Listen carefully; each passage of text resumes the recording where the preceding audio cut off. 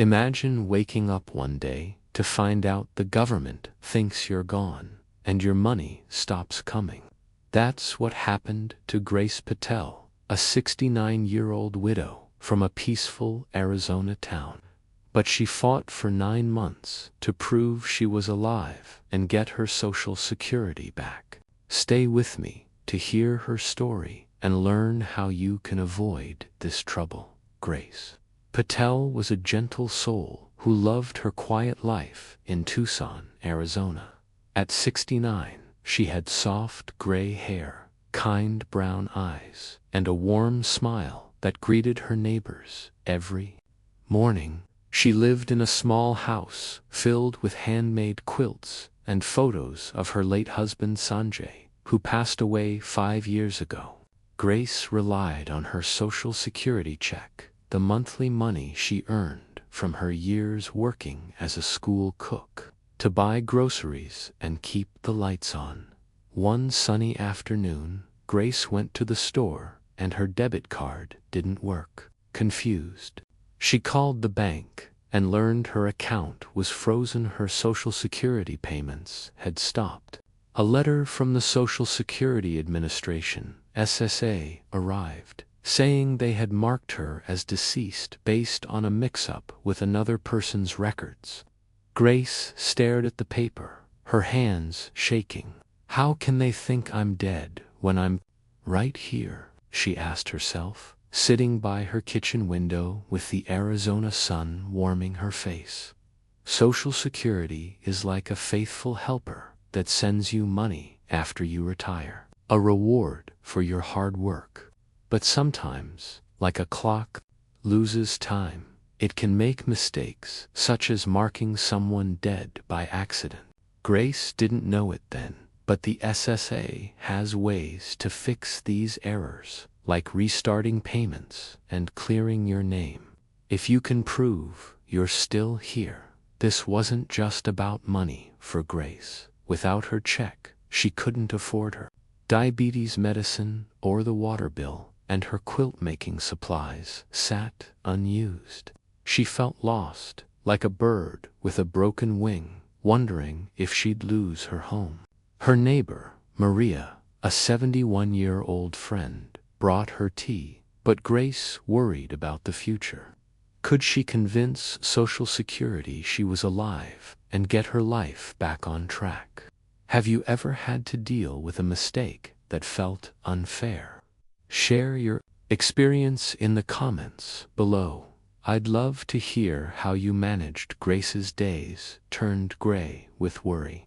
She couldn't buy her medicine, and her blood sugar started to rise, making her feel tired and shaky.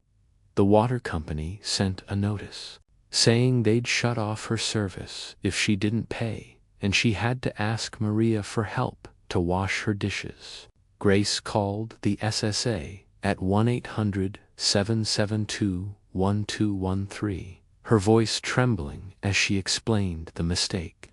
The person on the phone was kind, but said, "We need proof. You're alive. Send us a birth certificate and a doctor's note." She dug through her attic, her knees aching as she climbed the ladder. She found Sanjay's old letters and cried, missing his steady hand. The birth certificate was there, but her doctor's appointment was weeks away, and the SSA needed answers fast. Grace felt like she was shouting into the wind, with no one hearing her.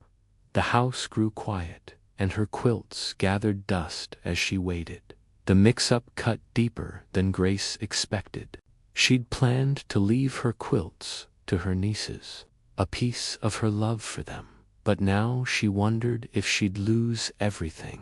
Maria checked on her daily, bringing food, but Grace felt like a burden. Her hands shook as she tried to call the SSA again, only to get a busy signal. She sat by her window, watching the desert sun set, feeling like a ghost in her own home. What if they never believe me? She thought, her heart heavy. Grace tried to gather more proof. She visited the doctor early, who wrote a note saying she was alive and well, though her diabetes needed attention. She mailed it with her birth certificate, but weeks passed with no reply. The water shutoff notice arrived, and she used a bucket from Maria's house to flush the toilet. A second SSA letter came, asking for more papers, a driver's license this time. Grace felt like she was climbing a mountain with no top in sight. Maria suggested calling a local senior group who knew about SSA errors. They helped Grace file a formal appeal, explaining it was like asking for a second look at a wrong test score. The group sent her case to the SSA with all her papers, and a worker promised to speed things up. Grace felt a flicker of hope, but the wait was long, and her savings were nearly gone. The senior group said the SSA might take months to fix this, and Grace's bank account was down to $50, with the water shut off looming. Would she prove she was alive before losing her home, or would the mistake win? Have you ever had to wait a long time for help when you needed it? Comment below and let me know how you stayed patient.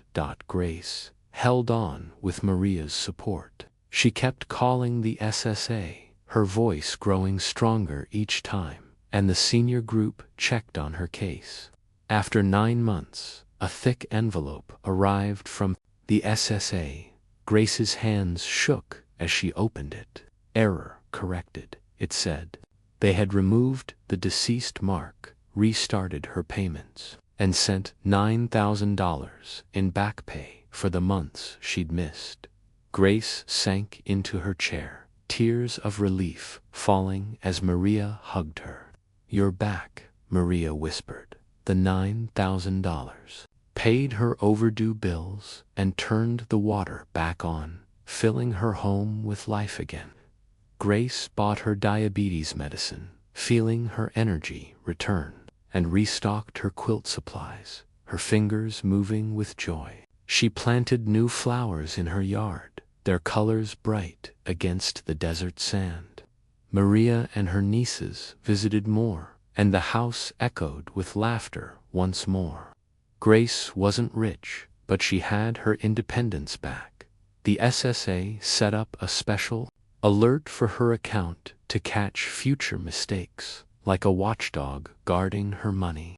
Grace felt like she'd walked out of a dark tunnel, with Social Security as her guiding light after a long struggle.